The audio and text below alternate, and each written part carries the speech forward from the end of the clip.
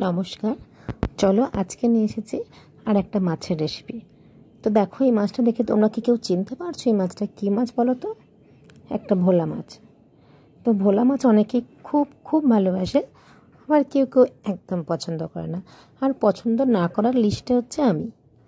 আবার ভাবছো পছন্দ যখন করে না তাহলে এই মাছটা কিনে কী করছো, নাটক করছো?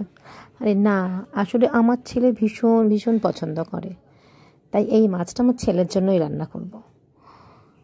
তো চলো এই মাছটা কিভাবে আঁশ ছাড়াচ্ছি, কিভাবে কাটলাম তোমাদের সব দেখিয়ে দিলাম। এটা ভালো করে ধুয়ে নিয়ে এবার দেখো, এবার এটাকে দু পিস করবো, দুখাদি করে নিলাম। আর আজকে আমি সব কাঁচির সাহায্যেই করলাম। এর আগেও আমি তোমাদের কাঁচির সাহায্যে মাছ কীভাবে বাছবে আমি দেখিয়েছিলাম। তো খুব সুন্দরভাবে মাছ বাছা যায়। তো চলো, মাছ জল ঝরিয়ে রাখলাম আর নুন মাখিয়ে রেখেছি। মাছে কিন্তু আমি হলুদ মাখাই না, আমি তেলেতে হলুদ দিয়ে দিই, তাতে মাছের কালারটাও খুব ভালো হয় আর হলুদটাও সবভাবে ছড়িয়ে যায় আর হলুদটাও নষ্ট হয় না। তো চলো এইভাবে মাছটাকে দাঁড় করিয়ে বিভিন্নভাবে ভালো করে ভেজে নিতে হবে। এবার ভেজে নেওয়ার পরে দেখো বেশ লাল লাল কালার হয়ে গেছে। অবশ্যই যেহেতু বরফের মাছ, মানে এই মাছগুলো ভোলা মাছ, এইগুলোকে একটু ভালো করে লাল করে ভাজতে হয় কড়া করে, না হলে একটু আষ্টে গন্ধ ছাড়ে। আর আষ্টে গন্ধ ছাড়ানোর জন্য তোমরা কিছু 2 ফোঁটা লেবুর রস অথবা ভিনেগার দিয়ে মাখিয়ে রাখতেই পারো। তো চলো, এবারও হয়ে গেল। সেই মাছ ভাজার তেলটাতে আমি দিয়ে দিলাম পেঁয়াজ কুচি। পেঁয়াজ কুচিগুলো একটু ভাজা হবে, লাল লাল হবে। তারপরে এই ইনগ্রেডিয়েন্টসটার নামটা কে কে চিনতে পারো বলো তো? তো এই আমি সবজিটা দিলাম আর কাঁচা লঙ্কা দিলাম। কাঁচা লঙ্কা চিড়ে দিতে পারো বা গোটাও দিতে পারো। এইগুলো হচ্ছে শাপলা ডাঁটা।